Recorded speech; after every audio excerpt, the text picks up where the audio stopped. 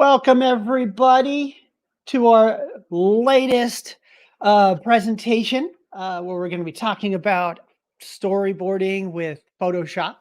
My name is Chad, and let me get my screen over here just a little bit so I'm pointing a little bit more at you guys. My name is Chad. I am from Storyboard Art and story artist. And I am with Douglas Lovelace today.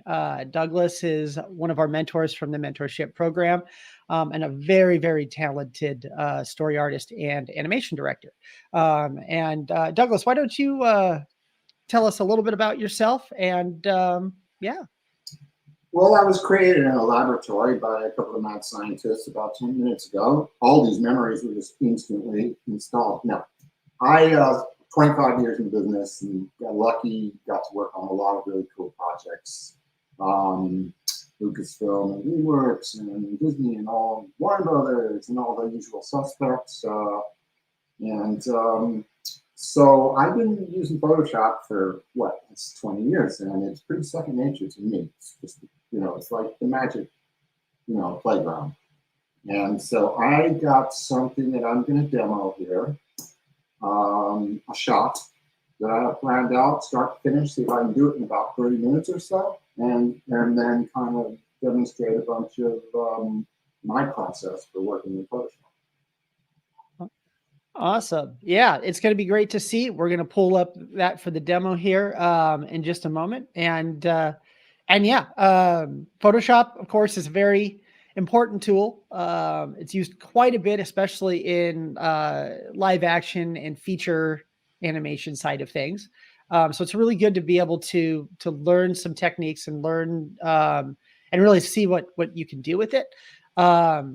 So let's go ahead and jump on into it. For those of you who do have questions, get those things prepared because during the demo, I might pull some of them up as he's going. Otherwise, we'll hit some of them near the end. Yeah, let's go ahead and jump in and get started. So let me pull this up here and do your thing. So I'm going to do a shot. It's not a scene, but it's a very simple shot that I cooked up for our presentation here right now. And the first thing, let's get my list in here. We'll go through my bullet points. Okay, so first thing you do is plan the shot. Okay, what's that mean? Well, here's my rough. I work on paper. I do all my roughs on paper. It's looser, you draw all over the page, then you think about the framing, and for me, that's how my thinking works. So I worked out a shot here that's really simple, because I want to try and throw this down right now and right before your eyes. What do we have here?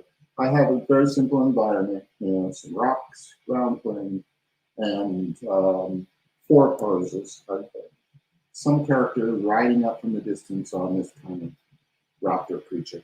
So there's my rough. Now, here's my process. When I do a job, I always make my own template, like whatever the aspect ratio is for the job or the DPI, all that stuff. I have this floating on top of my artwork. Hey, Douglas. Yeah. What? We have a couple of people saying that's a little bit hard with your audio. Your audio sounds like it's a little bit more in like a underwater kind of thing. Well, I'm not. Is this any better? Is this any better? Yeah, maybe if we just have it a little bit. How about now? Is that better for you guys? 1, 2, 3, 4. I mean, we're probably still going to have a little bit of the background stuff, but if that works, we'll. Is it okay? Tell me if that's working right now.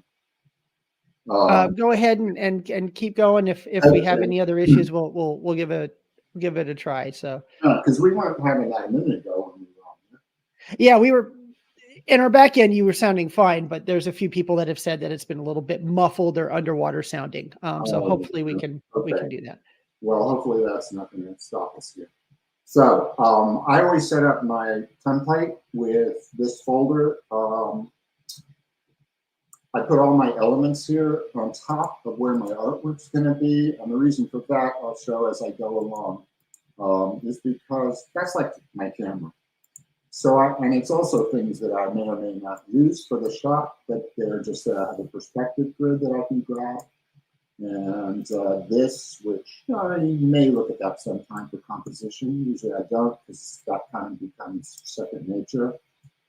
Grid if I need it, but I get all these elements in that, and my artwork is down here. How's audio? Any better? Some people think it might be coming from your webcam and not from your thing. Let me see if there's anything I can do on my side for your, but it might be mic settings. Yeah, so it might not be coming from your actual microphone. It might be coming from like your webcam or something, which is why we're getting built into the Mac. So let's see, do settings here.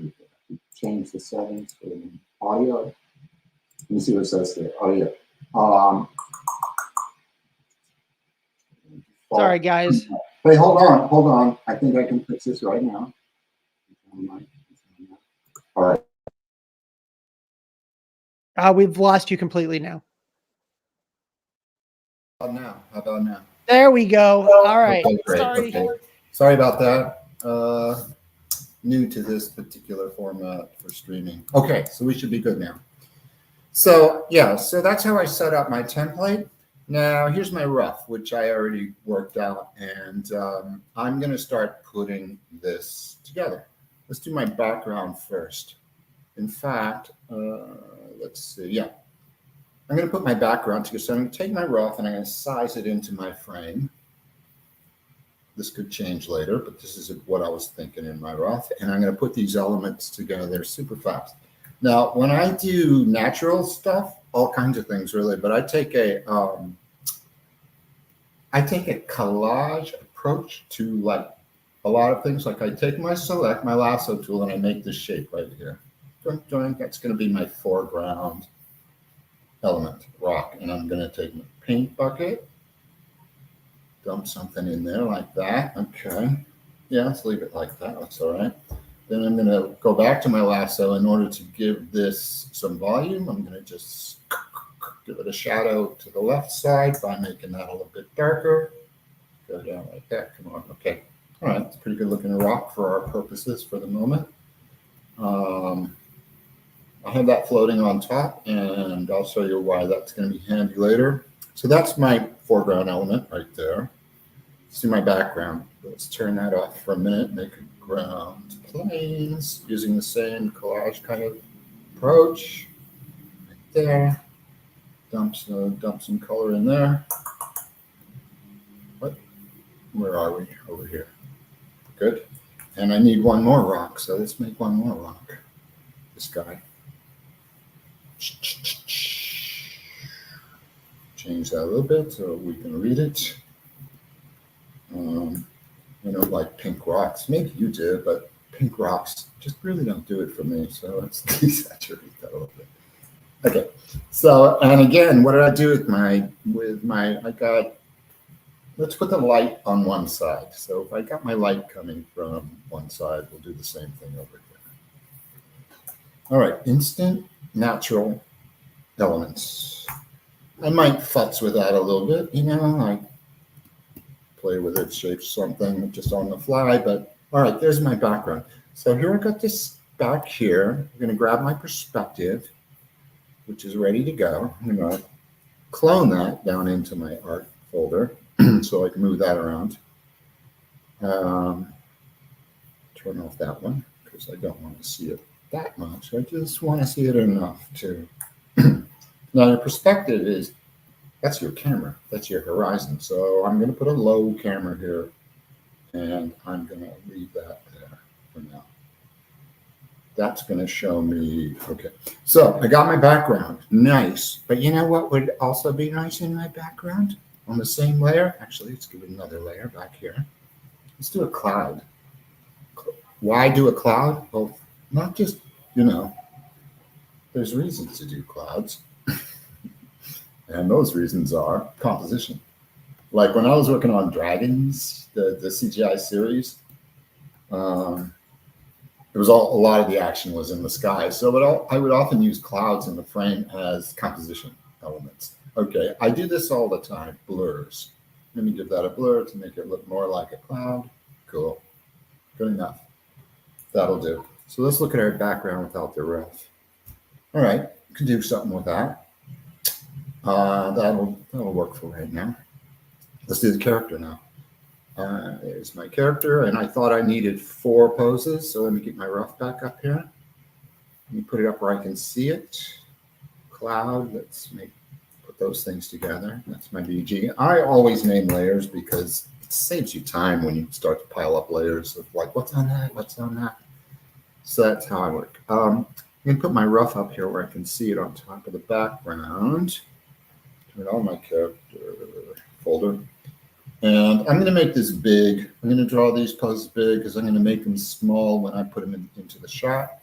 So here's my A-B pose. Let's get in there and draw this.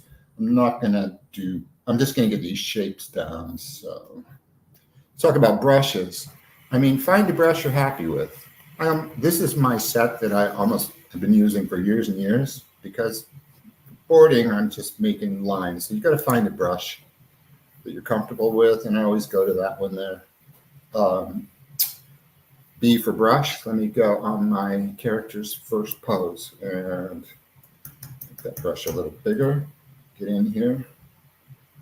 Just define these volumes and not get into too much cleanup. So there's his head of this guy, and there's his neck. I spent a lot of time doing, like I said, dragons and stuff. Like started when I was a little kid with dinosaurs, and then paid off later. Okay, so there's my creature. I'm not cleaning this. I'm just really want to kind of get the volumes and the construction here. There's my 1A pose. Okay. So, Doug. Yeah. As you're going through and drawing this, I'm going to start bringing up a few questions and stuff here. Yeah. One question that people are asking about is the perspective tool that you have on there, right? How do you utilize developing and building your perspective in Photoshop? Because we know it's not always perspective, particularly they don't usually have grids in there that you can just like throw on there. So how do you usually handle it? Okay, let me show you that real quick. And this is, again, I can just turn off my artwork here, make a frame up here to demo what you're talking about. Get your line tool, hold your shift to make a horizon line, hold your shift like that, and then move fast. I mean, it's just, or actually, better than that, it's again, shift. So now I can instantly start building a perspective layer. It doesn't have to be precise. I mean, if I was doing a city, an architectural thing, I'd probably spend more time with it. So now I have that, and to get my ground plane, I take that, option, copy that, edit, transform, flip vertical, slide that straight down, shift again to keep things lined up. All right, ta-da. That's a quick way to make a perspective grid. And from there, let's see, you can put your ground plane. Let me do that real quickly. Like, again, hold your shift for straight lines. Doesn't have to be, it's just something to guide you, and it depends on if I'm building a city or something. Anyway, that is a very quick, see, I'm trying to do all this as fast as I can, but I do now have a perspective layer. And then unfortunately, when it comes to Photoshop, because they don't have like really any built-in grids, right. You kind of have to do it. I mean, like that's like the most that I've usually seen. I think I have seen people take like this kind of thing, or they'll just paste in a grid and then just manipulate it. And this on is its own. Absolutely, that's another way to do it. Because this is what you could do. Like, here's my grid layer that's always in my template. So I'm gonna copy and paste that onto another layer, and then then use your distort to build perspectives. That is another quick way of laying down perspective layers. Okay. So do you use any actions or anything for your process? I don't use actions. Oh no, I really don't. I mean, I use actions when I'm duping panels, which I will show you. Get to. No, I don't use actions when I'm boarding. Where's my layer? Character one, here it is. Okay, so let's finish this guy here real quick. Want to make things big, sizing. Like one of my hands is always on up, down. There are certain, oops, run. Yeah. As far as, where I'm drawing, I have my thumb and my finger on command, up, oops, wrong thing. What I'm trying to do is this, up, down, That kind of just becomes the second nature. So let me give this guy his tail. All right, there's my A pose for this. You need a character on there. Come here, character. I know who you are or what you are, but I need you to do something for me. Yeah, so a lot of what it looks like you're doing as you're going through here is you're dealing with a lot of shortcuts. Utilizing the lasso tool to do broad stuff with your backgrounds like you did earlier in the beginning, and then focusing a lot more on your shortcuts in order to make sure that you're more efficient with the work that you're doing. Right. And so with that, what are some of the shortcuts? I mean, obviously, like we have our base ones of like B or anything like that, B for brush or things like that. Right. But do you have any? Are there any like customized shortcuts that you tend to favor towards in yours? I know you're very traditional with the way that you do your stuff. Those are the tool keystrokes just to grab those tools. Those are the only ones that you care and you ever need to use? I can use other things occasionally, but these are the ones that are just part of my routine that are sort of second nature when I'm working. Those right there. So here's a trick that I do. You can't just leave your brush on paint behind. And why do that? Because now I can throw a fill into this really fast. Just by making a great big brush. And bang. Okay, so that's going to stand out against, use fills for color if you're using color coding to separate characters, identify characters, or just keep things on top of the background. Another way, I can have some other samples that I can show about keeping your background really light and not even doing fills. But now I'm going to do my pose 2. Let's see, character 1, character 2. And how am I going to do that? I'm going to take this, copy it onto my pose 2 layer. All right, let's move it over here. And really, what am I going to do? I'm just going to change the legs to the way I have them in my rough to keep this thing moving fast.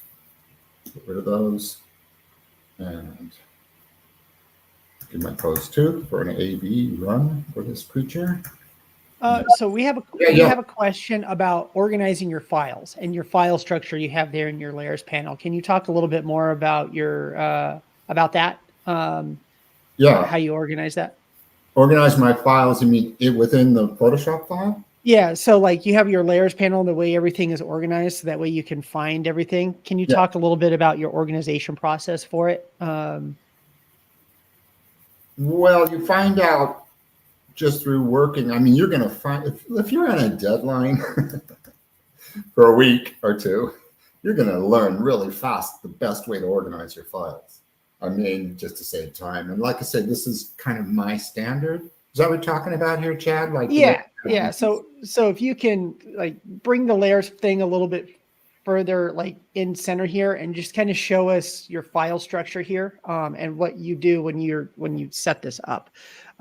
Because it definitely, a good file structure is really important to have, because you don't want to be sitting there going, all right, where was this other layer that I was doing? And then you end up with 200 layers on there. Right? I say I'm OCD about naming the layers. So if I don't want to go, what's on this layer, and turning them on and off.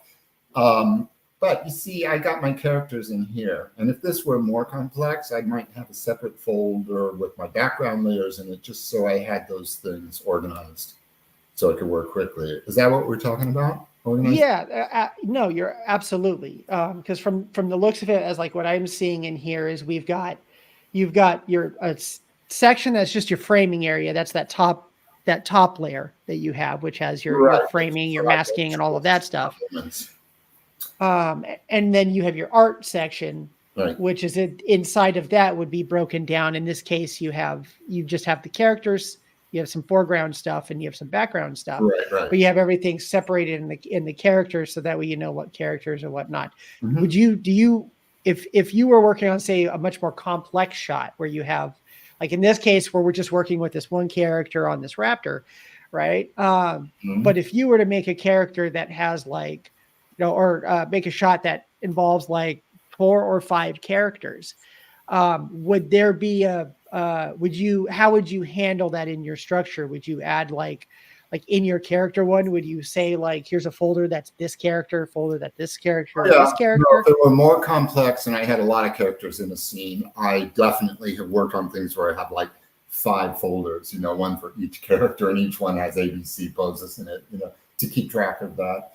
And then before I turn it in, before I hand in the board, I'll go, this is again OCD, I'll go through that and like throw away, just to make the file smaller, throw away anything I don't need. So now I have my A-B poses for a character, and I'm going to do another thing here. First of all, I'm going to take rough out of that character now that I've drawn those. And the reason is, what if I screw up? What if I screw it up? Well, I'm going to copy that. Where did it go? Going to Option, just grab the folder and copy it so I have a backup, turn that off in case I need it. Also, another thing is, now that I'm going to start my shot and take my characters and put them in their start position, I'm going to lose resolution. So I want that big version as a backup. Oops. So let's start these guys. There we go. Let me put my AB on top. Well, that doesn't really matter. So here's my start. Come here, guys. I'm going to have them come out from behind the rock. So I'm going to turn off my second pose. And this is going to be my first panel. Now, here's where, turn off my rough, turn on my background. This is where I'm going to get into how I work with Bridge with Photoshop.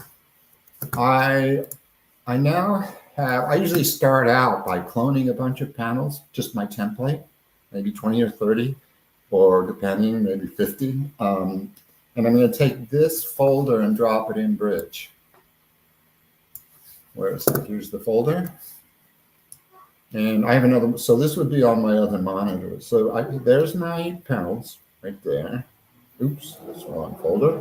That was my test run right there. There's my panels. Could be 10 panels, 30 panels, whatever, but you just take that folder and drop it in Bridge. Now, on my other monitor, where this would be, oh, again, wrong folder. That's my demo, but that's what I'm putting together. To help make it so that we had this within this time, Doug did a bunch of tests for this so that he could show it to you in the speed. So the speed you're seeing isn't necessarily always the speed that it needs to be when you're working on these projects. So this is a good thing here because this is my process. So now I got my first panel. I've got all my elements put together. I'm ready to do the shot. And how am I going to do that? Well, let me just do it within Photoshop and then pull that back. So come back. What are you doing over there? I'm going to clone this. I'm just going to take this panel and go save as 2. It's going to say you already have 2. You want to replace it? Yes. So now if we look at Bridge, all right, so I cloned the panel. And I just will work, you'll see I'll just work through the shot by cloning it from one to the next. So and I have that up there on my other screen so I can scroll through and see if it's working or what the issues might be with it. So this is panel 2. All right, let's get my character in the shot. You appear over here, great, okay. Let's do that again. Save as 3. Replace, the blank one, my template that I had in there. Now I'm going to put my pose 2. What are you doing down there? How'd you get down there? Get up here. I'm going to size it. He's running fast, so let's get him Now already I can, all right. Already I can go to Bridge and just check that 1, 2, 1, 2, 3, 1, 2, 3. Okay, that's working. 1, 2, 3. Cool. Let's bring, how many shots did I say? Let's save as 4. So we'll go to 4 shots on this one, and then we'll open up for a few more questions here. Oh, okay. And I can show you what I did with the demo as far as finishing the shot.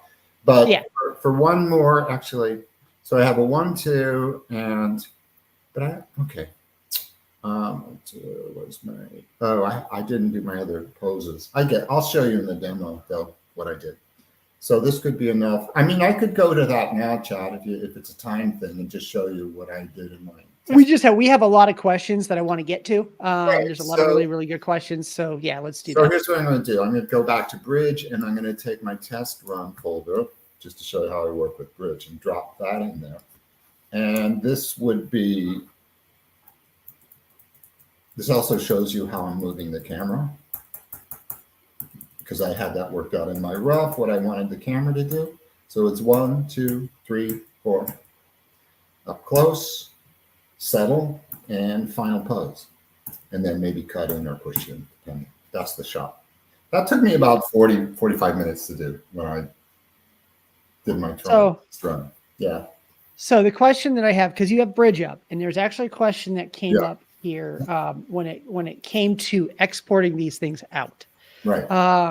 If there was a way in your stuff on being able to essentially batch export, and I know if you were doing this, you would do it through Bridge, right? No, I do it through Photoshop.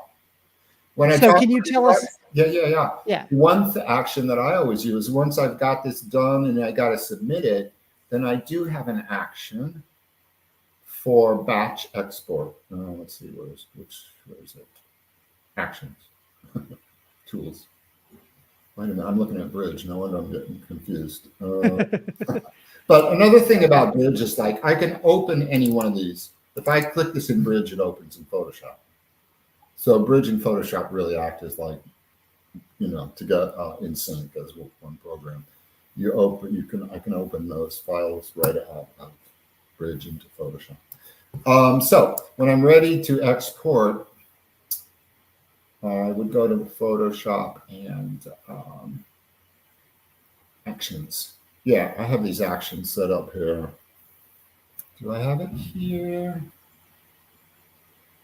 I'll tell you why. Let's see. I'll tell you why it's not in here, because I had to upgrade my entire system a couple of weeks ago, and I haven't really done this since.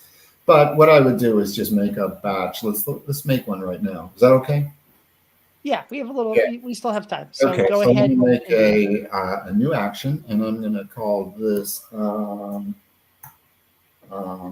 just going to call it PSD to JPEG, and then you record it. Let me do it on this one right here and see what we have. So I'm going to record this action and go. My action is, like, first thing I'm going to flatten it. Flatten the image. Doink. Yeah, discard. Save as a JPEG. And leave it in that folder. It's going to be a JPEG. Okay, so now that I've made that action, and sometimes you screw up, you have to do it until you get it right, whatever the project requires. Save. So that's it. That's it. Now when I have a folder with 50 or 100 or 500 panels in it, you just go to batch, automate, batch. And I would select the folder, hit that action, and give it a location where I want it to go. And so I turn 50 PSDs into 50 JPEGs, like that.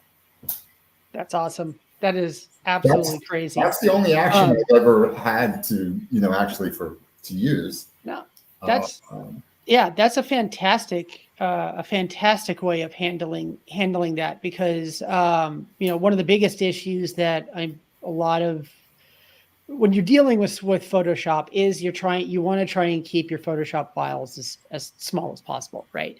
And so sometimes if you are, You know what? Sorry, I'm sorry. I'm still recording. I didn't stop that. forgot to stop the recording, But I didn't but do anything. So but for the for yeah, something like this, it allows you to be able to go, because the way you do it, it looks like, you're doing it. Here's my first panel done. I use Bridge to kind of clone it across and organize what I'm going to be doing for future panels. And then right. you're moving back and forth between the panels using Bridge, or between your Photoshop files using Bridge. And once you've completed the entire sequence, Yeah. then you just go in and use that one action, and it goes through every single one of the files that are in that folder and just exports out the JPEGs of them, so you don't have to No, that's open them up all individually. definitely. So that is a really good. So, because somebody asked, what's the advantage to using Bridge to help complete your storyboard assignments? Exactly this. Yeah, I mean, different programs, certainly Storyboard Pro, I mean, you're on a timeline, you just hit play, but a lot of jobs are Photoshop panels. And so you got to be able to scroll through, not for timing, but just to see if the shot compositions, the poses are working. Maybe you can throw away a pose. Maybe you need another pose in between because it pops. You don't want to pop from one position to another. So you do one more pose between so that the action reads. But this is how you check as you go. And like I say, I work with the Cintiq in front of me and Bridge right above it at a standing desk. So I'm just kind of looking at both screens as I go. Yeah. And Rough Douglas in our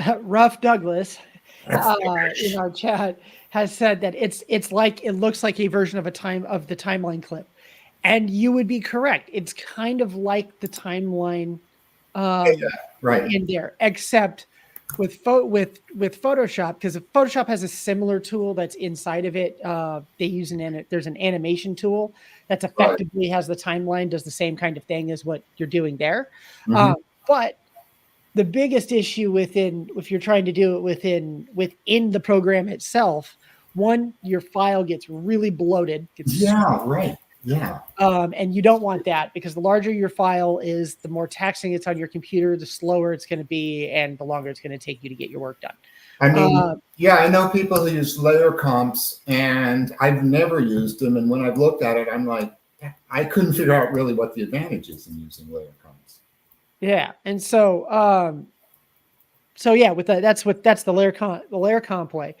Whereas with Bridge, the other thing that's really nice with Bridge too, that ties into this, is that when you are, because you mentioned having to do in-between poses, right? And if you're doing an in-between pose, you got to make that copy, paste, and all that stuff. You can use Bridge to just batch rename all of the files as you're going and as needed. So that way it always slots and fits into the right spot, which sometimes can be a little bit more organizationally challenging in Photoshop itself. I use a different program to batch rename. On Mac, it's called Name Mangler. And I've used it for years. It works perfectly, because you do end up, sometimes you've got 50 panels, you go back and got 20A, 20B, 20C. often have things where I'm like run out of the alphabet when I'm looking at panels. And you got to batch rename. That's kind of a routine thing too. Yeah. So back into Photoshop itself, when you first got started, because we had a few people asking about canvas size, and what are your recommendations for the type of canvas size that you use? Do you usually go larger? Do you usually go smaller? How do you tend to handle that? I like to do 300 DPI because I got a good computer that can handle it. Let's see, what's this one? This is 300. Yeah, you can give more detail, and you can either keep things, you can make things big if you're doing faces, and you make things small if you're, whatever. But sometimes your job will tell you, 200 DPI is pretty standard. As far as the size of your canvas, and also again your aspect ratio depends on the job. You'll get a template, whatever you're working on, you'll get a template for what your aspect ratio is, and that's when I would set up my own, let's see what we have here. Is this the one I just did? You know, I would set up my own template for the job. Yeah, I almost never use the, they give you a flat, generally you get a flat, you know, JPEG for your template for your board, and I would turn it into this. You know, I would take the aspect ratio and make my own thing. Another thing I would do, another action I would do, I'm not going to demo this now, but would be, depending on what they want to see, I would crop it down to the frame size. Make an action for that. Flatten, crop, you know. You just record it as you go. Yeah. How you doing? We running out of time, or we got? No, we've still got time, but we have a bunch more questions that I want to hit and ask. Another question people were asking here actually had to relate to how you're dealing with your thumbnails in here and getting started. And I'm looking back to see if I can find the question. Mm-hmm. But actually, while I'm looking for that question, would you be able to, so you have your layers panel, can you actually expand your layers panel so that way people can get a really good look at that organizational structure real quick? Okay, so I kill this? I was going to demo this. Yeah. Let's kill this. For now, kill this. Yeah. We'll come back to that action, the cropping action. But yeah, can you expand that while I'm looking for the I don't think other I one? can make this bigger. What was the button? There should be a button in there. There's like I guess that little three arrow dot there. I can't remember right now off the top of my head. But there is a way to make it, expand it, make it bigger. Really? In there somewhere. Yeah. I've never come across that. Let's see. Oh, so it's right above that. It was right above that. All right. Oh, that works too. Yeah. Let me just, I placed that in there. Didn't mean to do that. But let me pull that up. Stop. Undo. Sorry. Yeah, I can show that. Let me open this. I did take a screen cap, so let me pull that up bigger. Good? Is that what we want to see? Yeah. So that way you guys can see exactly because I know that one was kind of small in terms of how everything going, but we could see here framing the how the frames are put in, how the art's in. You can even see in the frame spot, it looks like that's where you'll put some perspective stuff in there. So that way it's a little bit separate from the rest of the art. But what was I was looking for? Also, you know, up here, brushes, brush settings, and layers. That's all I ever use when I'm boarding. I never use anything else in terms of having my tools on the side there. That's all I need to see when I'm boarding, because everything else get out of my way, you know. Yeah. Okay. So yeah. Here's the next question that I got. We were showing it a little bit. And this one, I'm actually going to pull it up from Sophia. How do you move the camera in Photoshop? How are you dealing with that? All right, let me do that on this panel real quick. So let's just see what happens. Let's say I want to do parallax, which is a cool thing to do. I mean, you know, a lot of ways to do that. I'm going to take my foreground guy here, my rock, and I'm going to put that over here. Start it over here. Now, yeah, because let's see. Let me try and do that camera move. All right. So I got that. I'm starting there. Which one is this? This is one. Okay. I'm going to replace what I already have. Save as 2. All right. Replace 2. Now on 2, that's okay. Do what you got to do. I'm going to start to slide this over a little bit. And maybe even my background, maybe even slide this over a little bit. Okay. So that simulates that the camera is moving around. It gives you an idea of what you're trying to show. In this case, this is 2, so I want to see my first character pose. Let's get him where I can see him. And then let's see how even those 2 panels look in Bridge.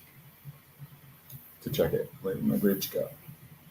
Baby, where did my bridge go? There you are. So now, what do I have?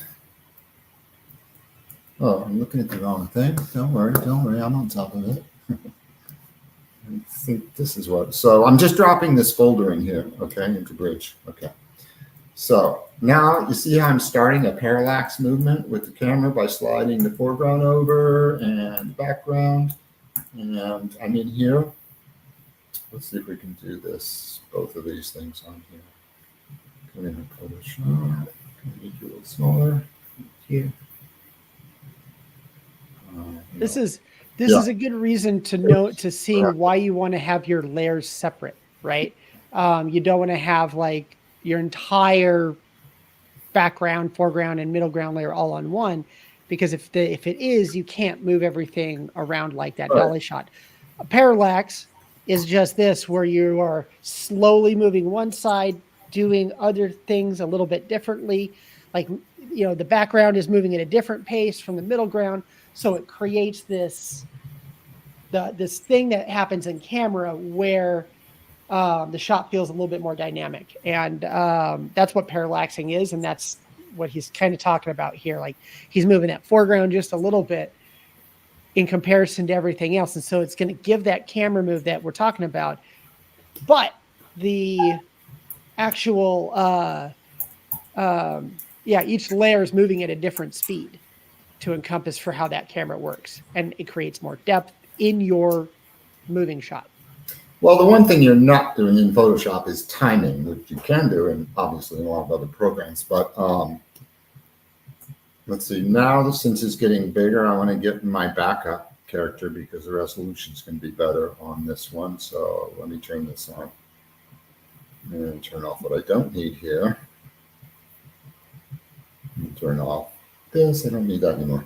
Okay, so is that the right pose? Yes, that's my one. So I've got 1, 2, 1. And just to demonstrate a little bit more what we're talking about, now he's here. And let's keep that thing going since we started it. Keep that moving a little bit. And keep my background moving like this. Save it. Check it.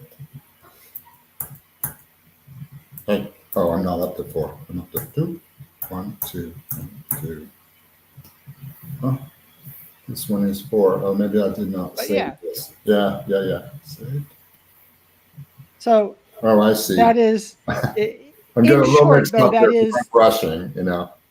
Yeah, no, in short, though, I mean, obviously, because we've only got a very small amount of time, we don't have enough to, to really fine tune it. But this is the methodology that you would use to create that camera move here in Photoshop. Of course, Photoshop's not the only program. We do have a bunch of other programs, things like Storyboard Pro and stuff that also can do this stuff. But each one has their own little bit of tweaks that come to it. So another question that has come in as well was from John Vu, who is asking about when submitting your storyboards, right? How often do they look like traditionals versus animatics? In your case, how often do you have to take the stuff that you're working on here? At least this is what I'm assuming this question is supposed to be about. How often do you have to take this and do a more of an animatic form when you submit it to a studio for everything? Well, I just submit. No, I don't. If it's a Photoshop job, then they don't never ask me to time it out as an animatic.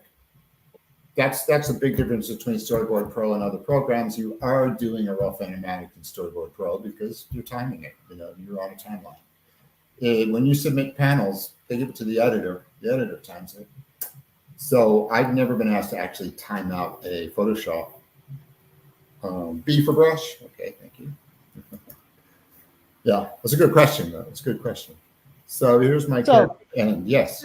Since you aren't doing the timing, yes.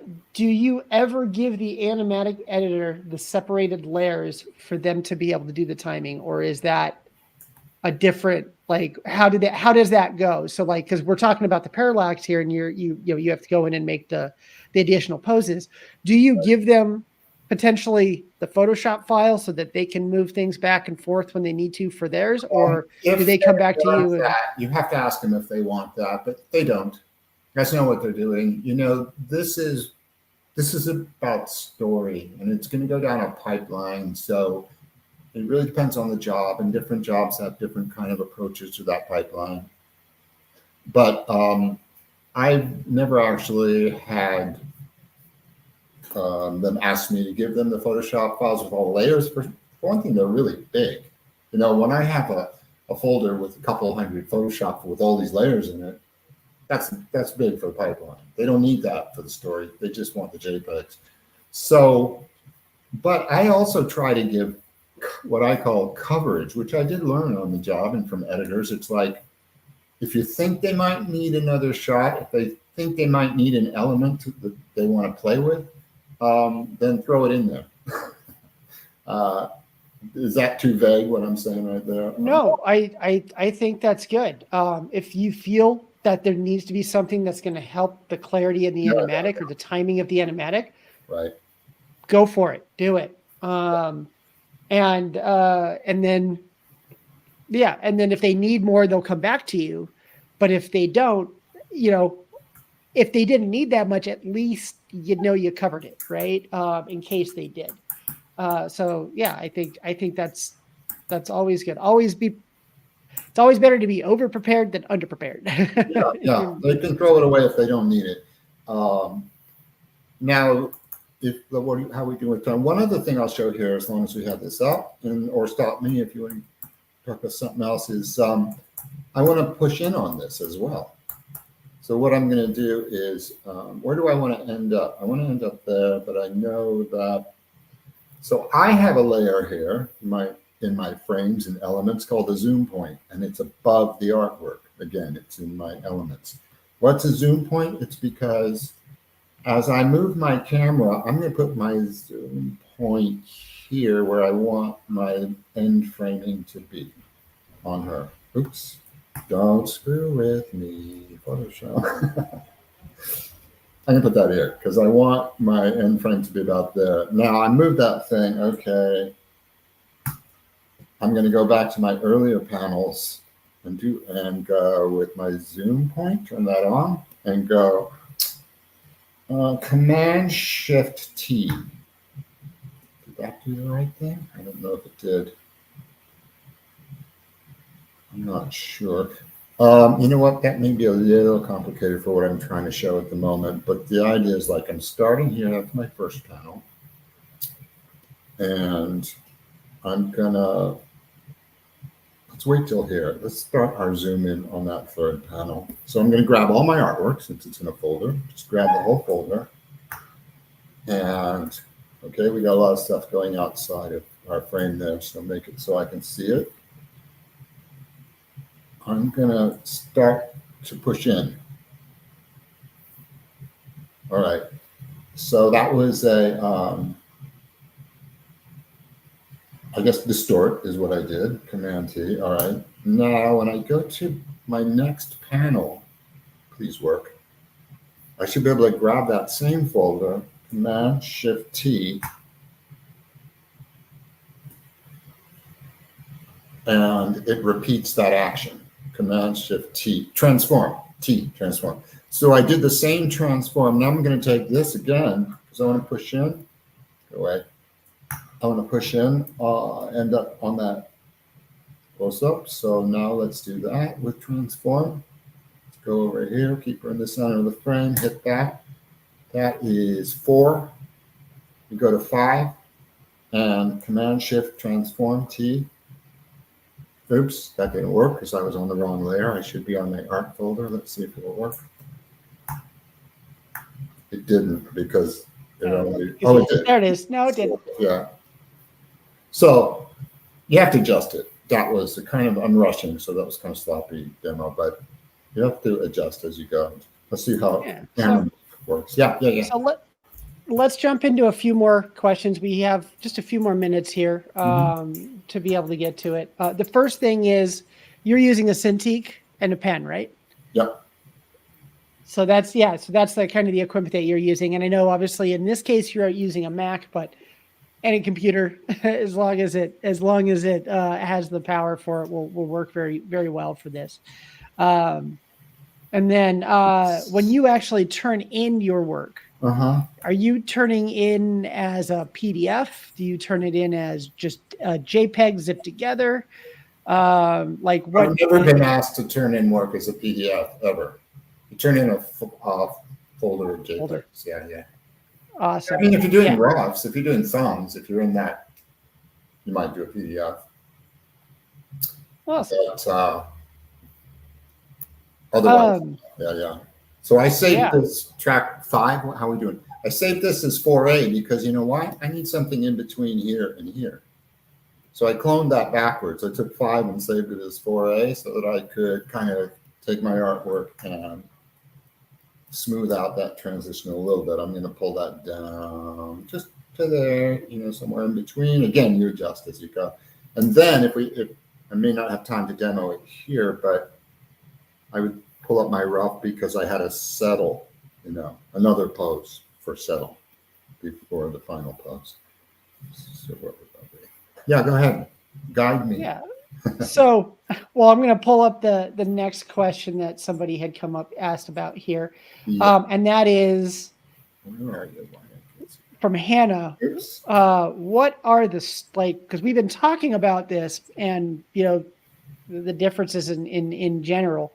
And what are some of the strengths that you think that Photoshop may actually have over something like Storyboard Pro or anything in terms of your experience when you're working? Well, I just think it's more fun. The tools to me are more flexible and more responsive. But Storyboard Pro, honestly, they're fine. It's different. You might not be able to get the blurs and some of the effects that I like to do, but they're functional. They work as well as anything.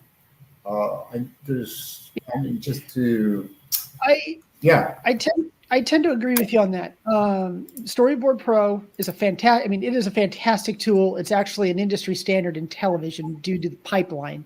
But it's kind of like, think of it as like the jack of all trades, right? If you've ever heard the term jack of all trades, master of none, right? So it can do everything pretty well. But if you want to do specific things that, like to really hone in and fine tune a lot of stuff, you can't necessarily go to the full extent in Storyboard Pro. For example, the types of brushwork that you're doing here, the flexibility with the blurs, as you mentioned, Doug. Well, this is Storyboard.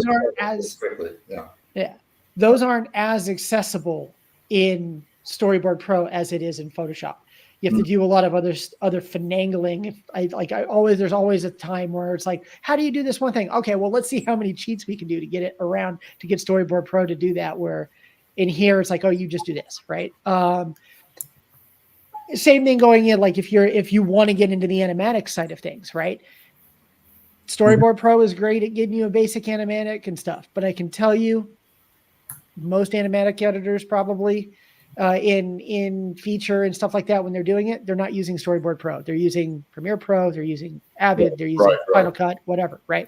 Because those things have more tools that are available to get more flexibility and more out of the editing than Storyboard Pro can do. So that's kind of where it's at. But what Storyboard Pro itself is really good with in general is pipeline and its ability to move between other things in the pipeline, which is why TV uses it so much, because you can move from Storyboard Pro right into Harmony, which allows them to animate with it, and just its workflow kind of works within TV really, really well. But when you have a much longer time frame to work on stuff, it's not as useful in that term, simply because you have more time to work with things, right? So you can take advantage of doing stuff like what Doug is doing in here. So I didn't do that, but my thing right there that I just did is you do need a pose between. I think you need a settle pose before your final pose. So I just threw that out fast. It's it's the beginning of what that pose would be. So all right, so we have enough time for one more question here. And John, that's not saying that Storyboard Pro can't do blurs and has textured brushes. No. It's just their blurs and the way you have to go about doing it is a little bit more limited than what you can do in Photoshop. That's pretty much what it is as well, in that terms. And it does work in vector. but that's part of the thing, going back to that blurs and stuff, is that Storyboard Pro works in vector, which can make your file smaller. But at the same time, if you want to blur something, you now have to go in, change it out of vector, put it into a bitmap form, go in, do your blur, which you only have like a couple of versions of blur that you can really do in there. And then once that's done, now you have a bitmap file. You can't take that back to really vector anymore without kind of messing it up. Whereas in here, because we don't work in vector, there's like so many different versions. You have the Gaussian blur, you have motion blur, you have radial blurs, you have so many different ways of being able to handle it. Yeah. So it's just, you have more versatility in the tools. The tools are there in Storyboard Pro. You just have more versatility with them in something like Photoshop or even Clip Studio Paint or some of the other programs. And so, yeah. Those all the time, those several blurs like Gaussian and motion and radial to show speed. Let's see. Yeah. And then the final question we will hop off with where did I see it in here? So we talked about the strengths of it. We talked a little bit about it, but what are the studio expectations? Like, how often do studios use Photoshop versus how often do they use something like Storyboard Pro? Like, what is the expectation for that? And my answer to this, and then Doug, I'll let you answer this as well, is it really comes to the director's needs, depending on the project that you're working on. Some projects will use Storyboard Pro. Others will just say, use whatever you want, and it's whatever you're most comfortable with. If you go into a feature project and you're comfortable with Storyboard Pro, go for it. If they don't require that you're using Photoshop, if they require you to use the program, then that's when you need to go in and use whatever program that you're using, that they ask you to use. Well, if you're working on features, it's individual, but very much so. Like studios like, say, the Sony Spider-Man or Pixar, they have their own proprietary programs that they wrote, that they've created for their own in-house boarding programs. But I've never heard of feature using Storyboard Pro. That's more of an episodic program. I could be obviously, there are a lot of different approaches, but I think when I'm doing all this stuff for illumination, they want panels. They want to do the timing. They don't want me to do the timing.